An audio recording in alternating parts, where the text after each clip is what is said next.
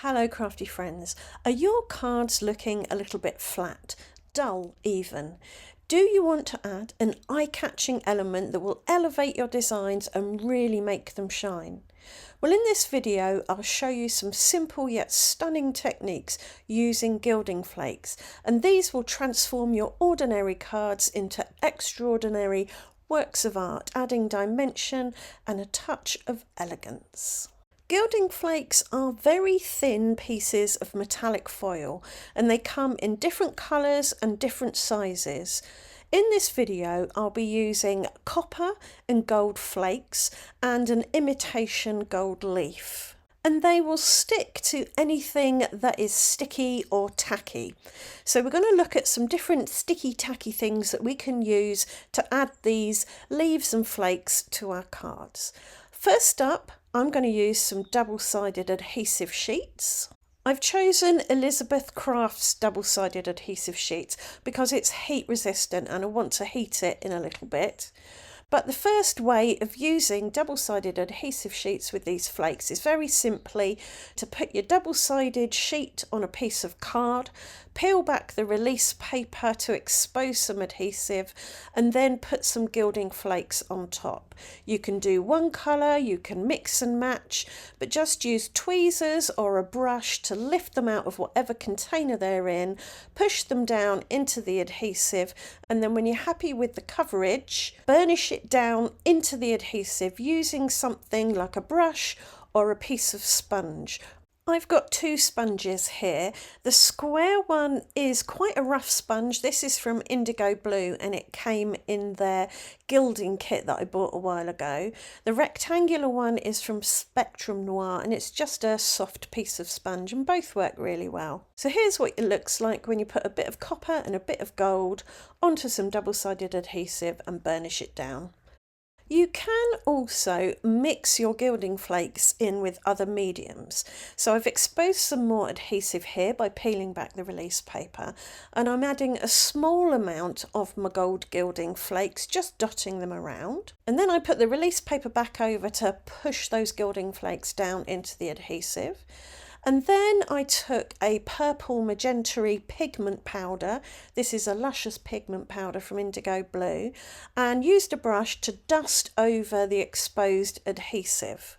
Once I covered all the adhesive in gilding flakes and powder, I gave it a good brush off, and those flakes and the powder are not going to go anywhere at all. They are well and truly stuck and give a beautiful shimmery shiny finish.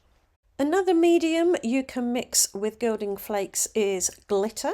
So for this little strip I added some copper gilding flakes, burnished it down, gave it a bit of a burnish with a sponge as well, and then I sprinkled over some pink glitter, and the glitter stuck to the adhesive that didn't have any gilding flakes on. So now I've got a nice copper and pink shimmery and glittery little strip there.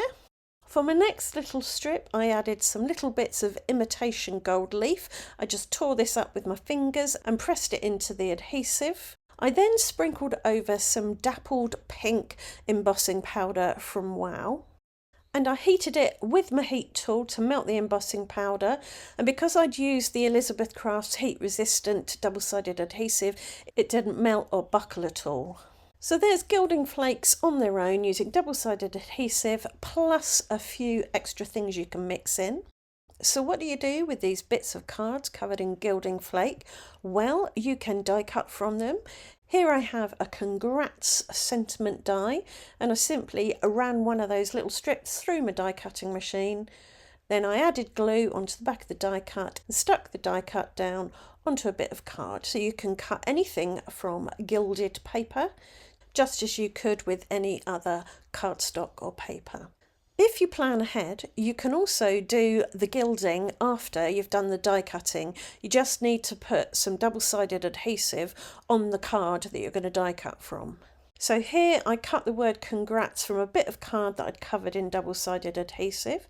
I then stuck it down with glue, peeled off the release paper, added the gilding flakes on top and gave them a burnish with the gentle sponge, and that gave me a very similar look to the congrats that I'd cut out of the card that I'd already gilded. As well as double-sided sheets, you can use double-sided tape. So I've got some nice chunky wide double-sided tape here and some thin double-sided tape. I've also got a strip that I cut from one of the sheets, so you can make your own tape by chopping down your sheets. And all you do, stick it on the card where you want it, remove the release paper, and then put your gilding flakes on top and burnish them down. Very pretty. So as well as double-sided sheets and double-sided tape, you can use double-sided foam for gilding. This is a 1mm deep strip of double-sided foam tape. I've also got some double-sided foam dots and a bit of the double-sided foam dot remnant. The area around it makes quite an interesting shape. So stick those on your card, peel off the release paper, add your gilding flakes, press them down, burnish them down with a sponge or a brush or something, and you get some lovely dimensional gilding. You can also add double-sided sheets to fun foam or craft foam and then die cut shapes from those and add them to your projects and gild them in the same way. Right, we're on to sticky substance number 4, and that is glue pens. So you can use any glue pen that dries tacky. I'm using here a Zig 2-way glue pen. It goes on blue, but once it's gone clear, it's dry and tacky. You can then put your gilding flakes on and push them down into the tacky glue with a brush or a sponge. And there you get some lovely small details that are gilded. For this next example, I used a Deco foil glue pen, which has a bullet type nib, which is quite wide. So you can use different types of nibs to get different effects. This Deco foil glue pen works best, I find, when after you've put your gilding flakes on top, you run it through your laminator, you apply heat and pressure. So I've popped my bit of card that I've written on a piece of baking parchment. I've added flakes and gilding leaf over the top, and then I ran it through my laminator on its hottest setting. And once that had come out the other side, I let it cool for a moment, and then I burnished over it with the rough sponge to get all the flakes off, and that left me again with a really beautiful gilded effect. While we're on the subject of glues, we'll move on to number 5, tacky glue. So you can get liquid glues that dry tacky that aren't in glue pens. I've got a Deco foil liquid adhesive, indigo blue flitter glue, and Spectrum Noir versatile adhesive. You can apply these in all sorts of ways. Here I'm just using a sponge to apply the Spectrum Noir versatile adhesive. This is very quick drying. So much so that it grabbed the sponge off of the handle. But once it is dry and tacky, you can add your gilding flakes in the same way that you would with your double-sided adhesive. Just push it around, burnish it down. You could put these glues through a stencil if you wanted to get a gilded stenciled image. The indigo blue flitter glue is very good for stamping if you want to gild a stamped image. So you put a bit of the glue on a palette, you pick it up with a sponge, dab it onto your stamp, press it down briefly but firmly onto a bit of card, and then it's ready to take the gilding flakes. So again, you just put them on with tweezers or a brush or your fingers and then gently burnish them, and the gilding flakes should stick beautifully to the stamped image. It can help to apply a bit of pressure, and I found the gentlest way of doing this is to simply run it through your die cutting machine, obviously without any dies. You can protect it with a bit of cardboard or paper, but this adds pressure and will push those gilding flakes down into the glue, and you can then just dust off the excess flakes. The Deco foil liquid adhesive has got quite a nice nib for drawing. It's not a glue pen as such, but you could use it like that. So here I've just used it to draw a scribbly circle and some dots.